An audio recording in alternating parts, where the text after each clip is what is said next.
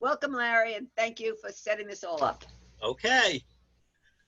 All right. So we're going back to the golden age of Dutch painting. Basically, we started out with Vermeer. We're now going into a show which has been put together at the Metropolitan. It's an ongoing exhibition. It basically is. How do I get? Oh, okay. So basically, it's a combination of three different collections that were in different sections of the museum originally, and they are now combined and put together. And what they do is they're changing pieces in and out of the show over time, but basically it is the permanent selection. So I'm gonna focus quite a bit on Rembrandt because he is just Rembrandt, for crying out loud. But to start with, one of the things that went on in the golden age of Dutch painting was a golden age for the Dutch, actually, the Dutch East India Company and all of that. Dutch East and West India Company were both bringing a great deal of wealth into the country. And so there was a merchant class and a very wealthy stock exchange that was developed in Amsterdam. And so out of that, there was a demand for art. And there were a lot of artists that were willing to fill that void. Now, given the fact that there was Dutch Calvinism, which kind of forbade religious paintings in the churches, basically religious painting and mythological themes were kind of out of vogue. So what began to happen is artists specialized. They focused on different types of painting. Like portraiture, which of course was really big, and everybody wanted to have their portrait painted, so that was a big one. There were genre paintings, scenes of everyday life, landscapes. Actually, it's a very profound landscape development that happened there. Seascapes, and then there was also still life painting. So it was really new to Western painting, this development. This period was actually the seeds of modernism that were sown in this atmosphere. Rembrandt, Vermeer, Frans Hals, the Dutch landscape painters all broke new ground. They were really cutting into, new material that hadn't been done before. For the most part, it was mythological and church themed.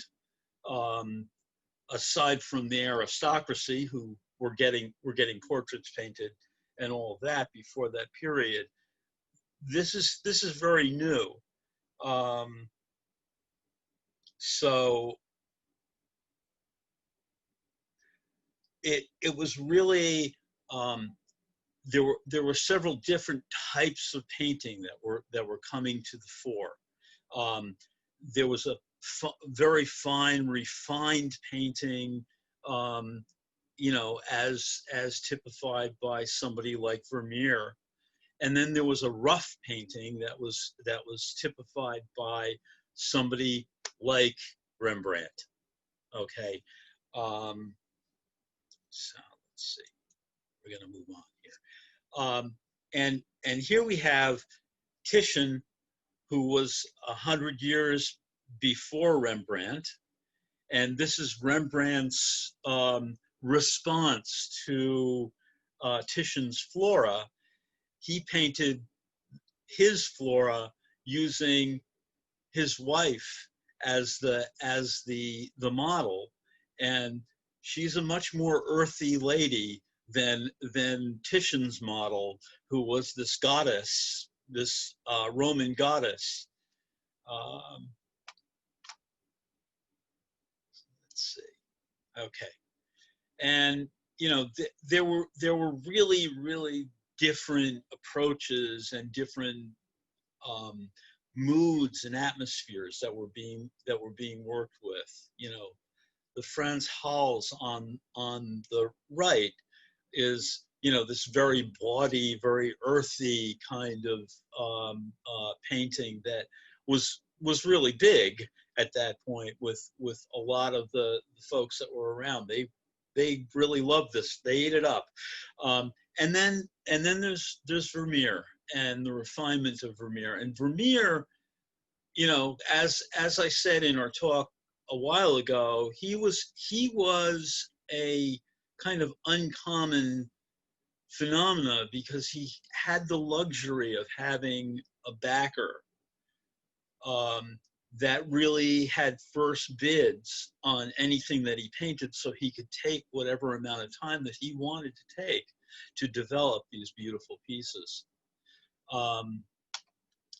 Where, you know, Hals was working constantly. This is an early painting in 1623. And then there's the still life. And this business I want to say some stuff about. You know, basically, the piece on the left was painted by a woman painter. There weren't very many of those. They were not allowed to paint from the nude model or anything like that. So, you know, basically the focus was on still life. They did do portraits, but you know, they were few and far between. The competition at that point among artists was really intense. But this wonderful vase of flowers, this kind of surrealistic focus that's in this painting is just amazing. I love the detail in the thing. I mean, these tendrils of leaves and all of that. And the blueness of those leaves has to do with the fact that the yellow was a lake yellow that was mixed with the Prussian blue, and it faded. The yellow faded, so they became this lovely blue. Well, I like it this way. I don't know. Anyway, and to the right we have one of these still lives, and the, you know, it's like after the evening is over, the presence of human beings is here, but they're all done. Now, looking at the iconography of the still life, you know, they're eating oysters. You know, we're talking about that bawdy side of the Dutch again, and notice that the glass that's toward the back has been knocked over and broken. They had quite a time. Also, the chalice there, which kind of like harkens to the church sacraments and all that, is knocked over. So, you know, spilled virtue, so we say. Okay, and on to the landscapes.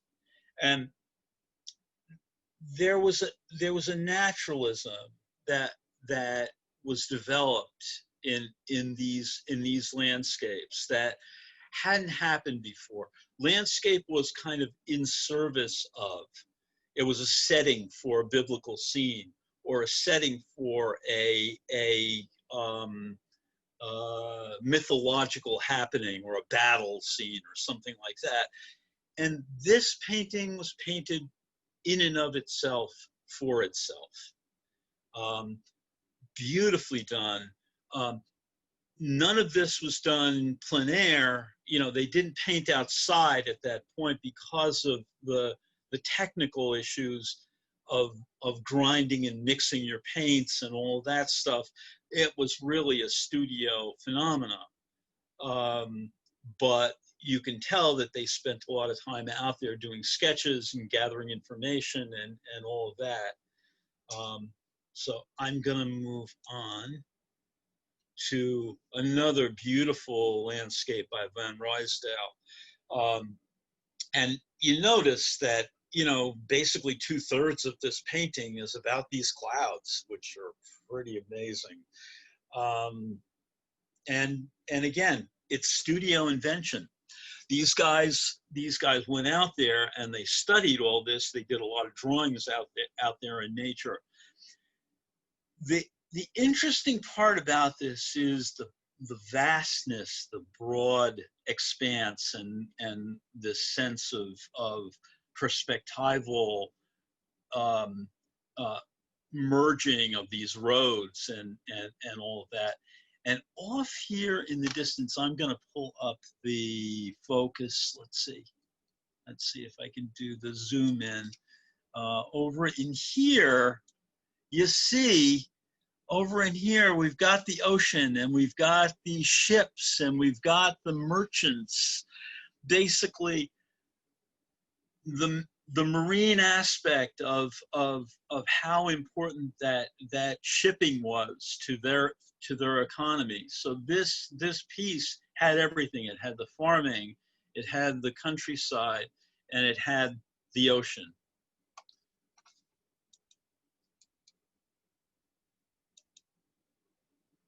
And again, you know, going right down to the port, and this was another aspect of what they were up to at that point. There was you know, the shipping business, and you know, there's a lot of detail in this piece.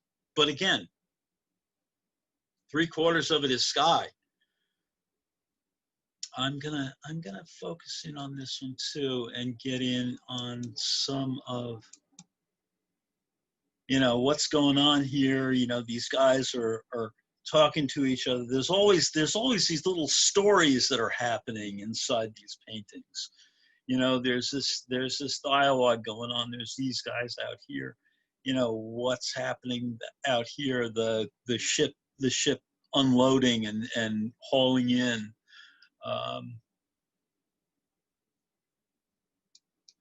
Very limited palette. They only had about 15 colors to work with at that point, which is interesting.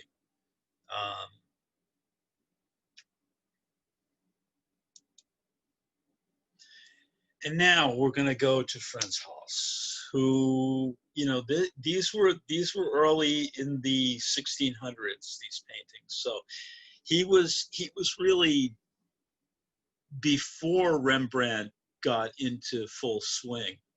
Hals was a fully developed painter, and the brushwork in all of this is very, you know, bold and strong. I mean, if you look, let's see, I'm gonna do. Oh, no, I want to go back.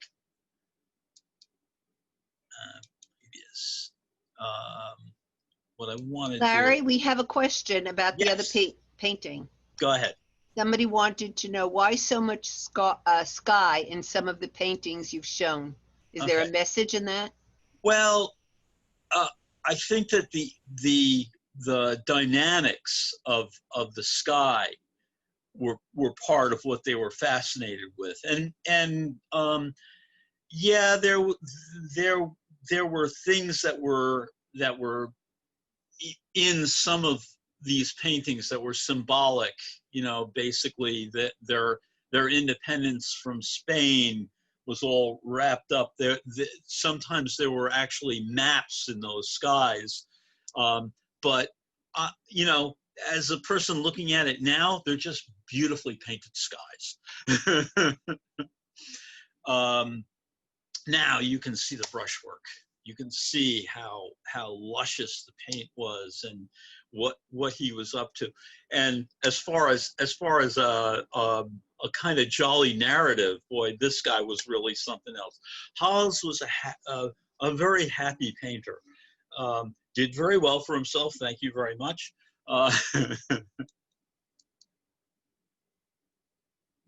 And I'm going to go on to, so here is Franz Hall's sleeves. Okay, these beautiful brushwork, this bold brushwork, was something that you would see again and again in the Impressionists. If you look at Manet, you see this kind of bravura, this beautiful open brushwork and subtle grays and tonal changes. He was a great master, and I'm going to go back to this. And you can see in here, again, let's see, I'm going to go zoom in, and I could spend a lot of time on these, but you know, look at the looseness.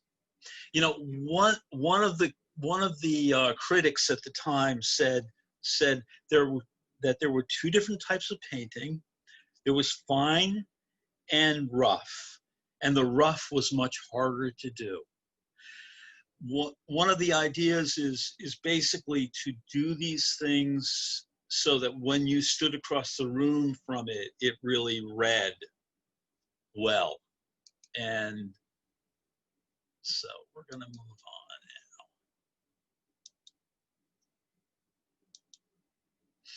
now. Okay, so now we're going to get to the core of what I want to talk about, which is Rembrandt. This is a guy I could spend a long time with, and he deserves it. You know, basically, this is one of the geniuses of painting. I mean, you know, if you consider gods of paint to be sort of Greek gods with warts and all that, you know, that's Rembrandt. And he painted them warts and all. What you're seeing here is Rembrandt as a young painter. He was very ambitious as a young painter. His apprenticeship was in Leiden, and he then worked for 6 months with a painter in Amsterdam who had studied in Italy. So he got all the Italianate feedback. You know, everybody said you needed to go to Italy to be a great painter. Well, Rembrandt wasn't that interested, but he got a lot of what it was that he wanted to get out of being with this fellow and being an apprentice with him for 6 months. On the right, you see a painting by Mies. Mies was one of Rembrandt's students, and this modest little painting, it's a very beautiful, modest little painting, but it's a very innovative painting in a way. Before this time, maids were, you know, basically it was kind of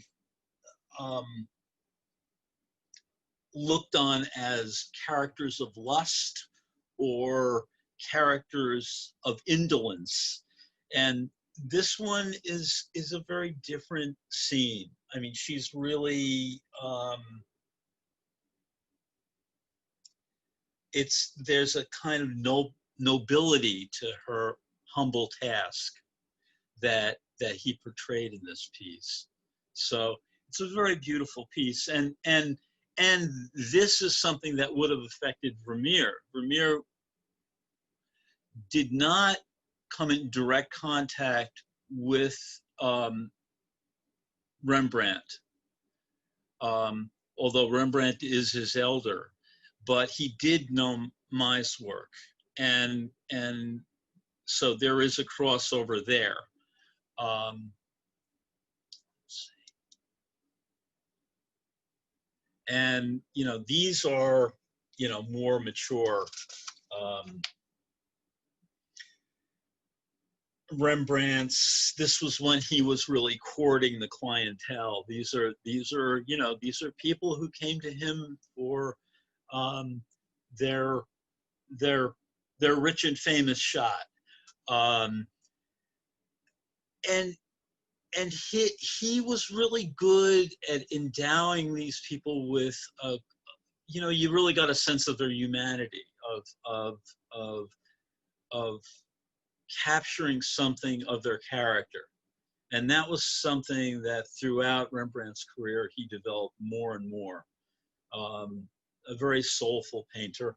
And that, it ain't the last time I'll use that word for this guy. He painted, let's see. He painted that, he was credited with painting over 600 paintings at the beginning of the 20th century. That has been now revised down to 300 or so that they're sure of. Because he had so many students and he was so sought after in his prime, in the 1630s to 1640s, even up into the 50s, he taught for 20 years. So he had students in his atelier who were copying his paintings, and he would work on those paintings also. He would come over and his hand would be in there, but knowing which is which and being able to discriminate between which ones were painted by his students and which ones were painted by him and which ones were painted that had the mixture of the master's hand in it and his actual, you know, his students are a question mark. And Larry, yes. I'm sorry. Go ahead. Why is the light always coming from the left side, similar to Vermeer? Also, why are Rembrandt's paintings, why are they so dark? Well, okay. I'll address the second question first. Okay. They're so dark because of he used a technique that was called Chiaroscuro. It's about light and dark. It's about the dramatic emergence of these figures out of this brown sauce that he used to use in this background. The directionality of the light probably has more to do with where the lighting was coming from in his studio more than anything else, which is exactly the reason why the light was coming from the same direction in Vermeer in a lot of those paintings, because the windows are where they are and they set up the figures where they set them up. One of the things about this is basically this brown sauce that he used. Really, a lot of these paintings also darkened with age, and the varnishes, the finished varnishes, tend to turn brown. Most of these paintings that I'm going to show you have been you know, restored and worked on and all of that, so that they're really more in line with what he painted, or as close as they could get to what he painted when he painted them. So it's really about the drama of this darkening and focusing in on what he was interested in these particular paintings. So he painted, as far as we know, approximately 300 paintings that are attributed to him now, and 300 etchings, and about 2,000 drawings. So he was a very productive guy. That's for sure. And let's see. Okay. And now we're going to move on to a little personal background on Rembrandt. I mean, basically, he was born in 1606 and died in 1669. He was married twice in his lifetime. He married Saskia, and Saskia, he married, she was very young. He was, I guess he was, I think he was about 23 when he married her. She was 18. And she was basically his flower child. He painted her time and again with flowers in her hair and all of that. And I'll harken back to Flora. Now that was a more mature Saskia, but again, flowers in the hair and in hand. And Hendrika was his second wife. Saskia died, and she died of tuberculosis, and that was a very, rough time for Rembrandt. They had, let's see, they had 4 children. One survived, Titus, their son, and Rembrandt remained very close to the son. They all lived in a beautiful 4-story house. One of the advantages of Saskia is she came with an inheritance. Her father was a very wealthy art dealer, so there was a relationship that went on with that. And Rembrandt, not unlike Vermeer, was a spendthrift. He loved to collect stuff, and it got him into trouble later on in his life. When Saskia died, he was alone for about 8 years. Hendrika came in and was his maid for a period of time, and it developed into a relationship. And now we're going to move on to the selfies. So Rembrandt did this massive quantity of etchings and drawings throughout his career. Now, etchings were very interesting because, for the most part, I think all of Rembrandt's paintings stayed in the Netherlands. I don't think they traveled unless there were a few of them that were bought by the aristocratic class in other countries. But his etchings traveled far and wide. They actually,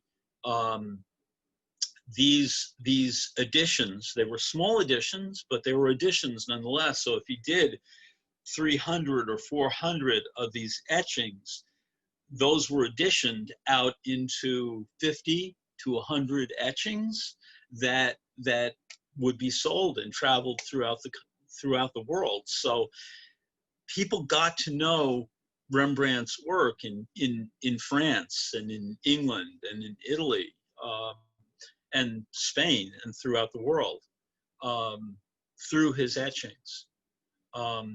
So this was really, like the digital print of his day.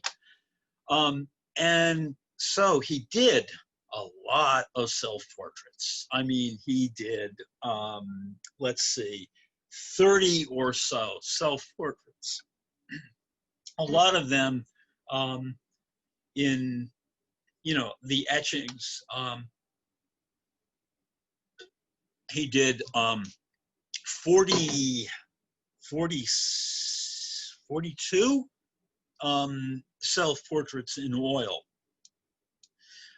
But one of the things that he did in this is, you know, everybody said, you know, Titian's the man. Well, Rembrandt wasn't having any of it. He ain't the only man around. So he did a copy of a Titian in his own way, and he actually did an oil self-portrait that was in this same pose.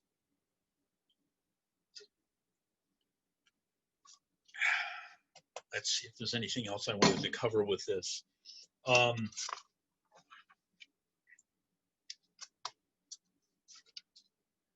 So, you know, one of the things he explored in these self-portraits is, you know, really funny images, but he was playing with expression. He was playing with, you know, how do you portray different emotions?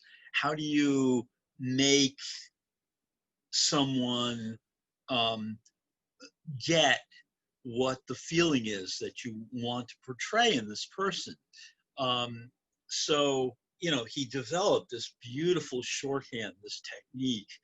You know, etching was a relatively underutilized medium when Rembrandt entered into this, and the freedom that he brought to it was quite remarkable. There were etchings that were done by Dürer. There were etchings that were engravings that were quite tight and methodical. The openness and looseness that Rembrandt brought to this, and his draftsmanship. Oh my God, the guy was great. He could draw. And so you see the atmospheric quality that he could bring to these pieces through the nuance of marking, and the range of emotion.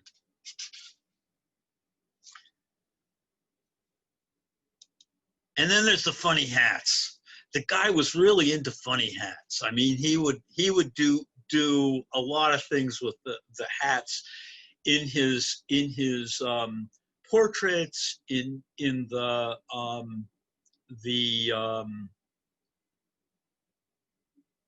paintings. He was always putting hats on people. He was like the first one with the beret thing, you know. And this one on the right is basically Rembrandt as a beggar. You know, there were all these beggars out on the street. You know, there was poverty then too, and so he just stuck his head on one of these beggars' bodies. Funny guy. So here we have, this is not at the Metropolitan, but I brought this out to do a contrast to the single figure portrait. He did these monumental pieces, and this piece is called The Night Watch, as I think many of you know. And when you, let's see, I'm going to zoom in a bit on this. And when you zoom in on this, you can see, you know, the variation in expression. You know, all that work that he was doing in the 1630s with these little etchings come into play. You know, if you look at, well, I'm going to go back to the zoom. Whoop, sorry, didn't mean to do that. We're skipping ahead. Let's see. Zoom in. Okay. If you look at these little faces that are up there in the top, that are kind of tucked in there and hiding behind people and all that, you see, you know, how much character he could get out of just a little bit of information. Now, this is a phenomenal piece, and Rembrandt was paid a good deal of money for this by each of the characters which is in this Night Watch piece. And shall we say, not all of them were really pleased with the results, because, hey, you can't see me back there. Wait a minute, that's my eye and my nose? I paid a good deal of money for this. So not all of his folks were really happy with what came out of this. By the same token, the power of this composition is really, you know, right up there with Titian and Tintoretto. It is a wonderful piece. These guys were, you know, really kind of like it's kind of like the National Guard. They're really a guild. And they're you know, they're old shopkeepers, so, you know, they got paunches and all that. But this is you know, hearkening back to their younger days when they were called up as a militia to go out and fight the Spaniards. Well, Larry, one person said they saw it in Amsterdam, and another person asked, "Who's the woman?" Yes, well, it looks to me a bit like a young Saskia. If you look at it, she's got the flowers in her hair and the whole bit, you know, an angelic figure. I don't know the symbology. I mean, I really didn't research it, although I do have the paperwork here, and I could probably look it up if I had the time to do it. So, you know, the interesting part is the guy that's up there with his hand out, leading the pack, is the head of the guild. The guy next to him is dressed up in this really fancy regalia, but even with that, the guy in the black with his hand outstretched really, you know, is leading the pack. It's pretty interesting the way Rembrandt did that. And you can see in it the shadow cast from his hand. So it's really obvious the ranking of this character in this group. He's the captain, he's the leader. You know, and all the other guys, the gaze of the folks, the aim of the characters around him are all fixed on him.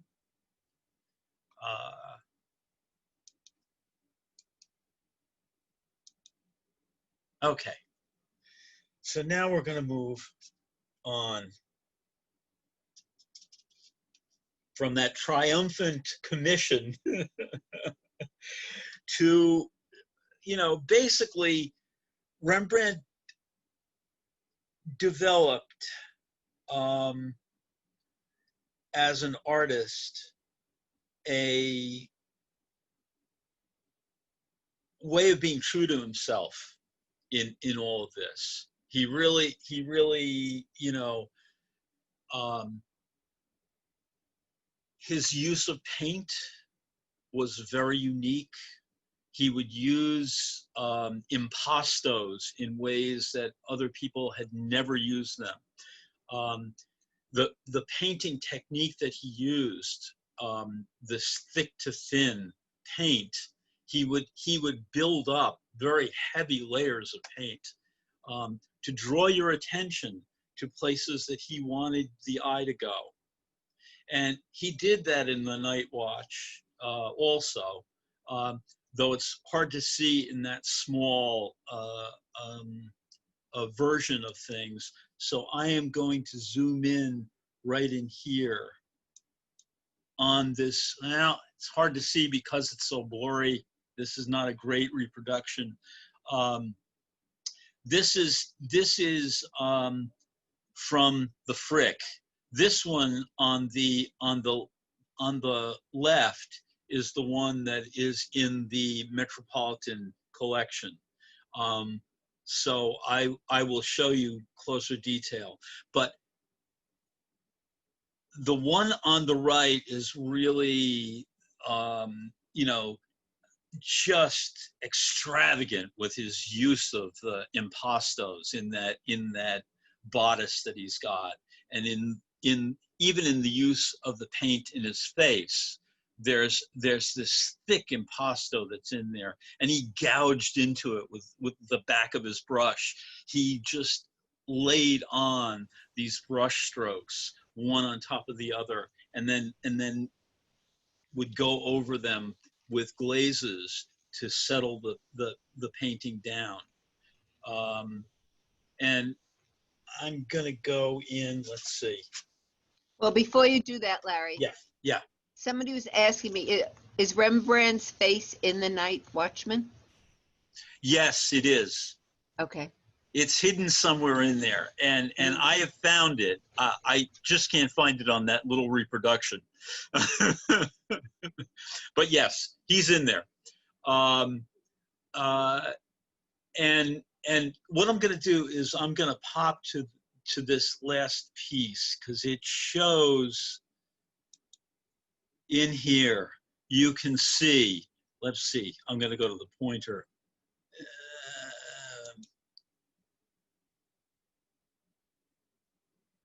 Okay, so you can see the brushwork in here. Just this amazing layering of brushwork, and you know, these gouges into the surface where, you know, basically he would do this and then run a glaze over it and let the oil, the linseed oil, thinned paint sag into those crevices that he'd create. This is, you know, the directionality of the brushwork, how he would, you know, play, you know, scratching into this hair with the back of his brush, and then come back in with those strokes. This is a guy on the top of this form. And that's to say nothing of the content. You know, you look into those eyes and you see the grief, the sorrow, the compassion of a full life, of a great insight and a great master. This is a guy who, you know, basically Saskia died, Henrika died, and a year before Rembrandt died, his son Titus had passed away.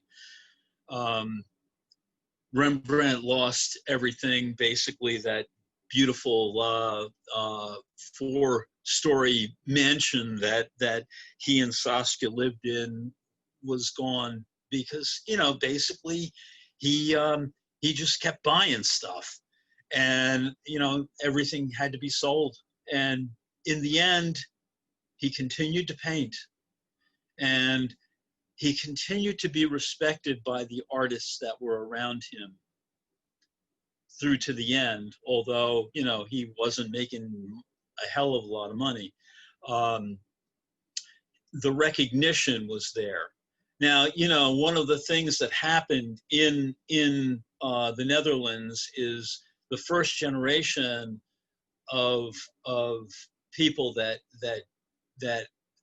broke ground with that stock exchange and with all that great world trade. Well, you know, the second generation didn't quite, you know, have the same earthy connection to the grit of the city of Amsterdam. They wanted their country house, and they wanted their refinements. So they were going for more cultivated and polished things. So Rembrandt was kind of out of vogue with those people, but the marks that he has made on the history of art cannot be set aside. They basically he's just timeless and still a great master. So over here, I have picked out a few things. There's tons of stuff out there on Rembrandt. There's the real Rembrandt, which was a YouTube. It's about an hour-long thing, and then there's the Power of Art. This is Simon Schama's take on him. He's a great storyteller. I don't love him as an art historian, but he can tell a good story. And it's definitely, it's a BBC thing that's available on YouTube also. There's also one that focuses in on the actual grit and chemistry of what he did to mix in with his paints to get those textures that he used, which is basically, there were different levels of pigment. So crudely ground pigment would give you thicker paint, and he would mix things in like chalk and glass and pumice and things like that in with the linseed oil and the pigment to get thicker paint and get heavier impastos that would hold up, and then thin it out with linseed oil and varnish to get those beautiful washes that he would so lovingly cherish over his paintings. Anyway, that's our story for this week. Next week we are going to go to the Whitney, and one of the shows is reviewed in the New York, in the Wall Street Journal today. It's basically Agnes Pelton's mystical work from basically early in the 20th century, through I think she lived into the 60s. And then there's also a really phenomenal show on Mexican muralists and their effect on the American muralists. So there's a huge show at the Whitney of the Mexican muralists and this lady. So that's what we're going to be doing next week. Okay, thank you, Larry. You're Just welcome. if you're planning on going to a museum, I think you all know by now, you have to make a reservation. You just can't go. And we're getting lots of thank yous and lots of congratulations. And thank you all for coming. Larry, as usual, it was wonderful. So we'll see you hopefully. There's a program on Monday, 7 o'clock. And there's lots of other things to do. Come to the library. We're open Tuesday and Thursday for a few hours, and Wednesday a bit, and then now on Saturday. So I hope we see you. And as always, you could always go virtually to all the programs. All right. Thank you all for coming. We'll speak to you again. We'll see you again. Bye-bye.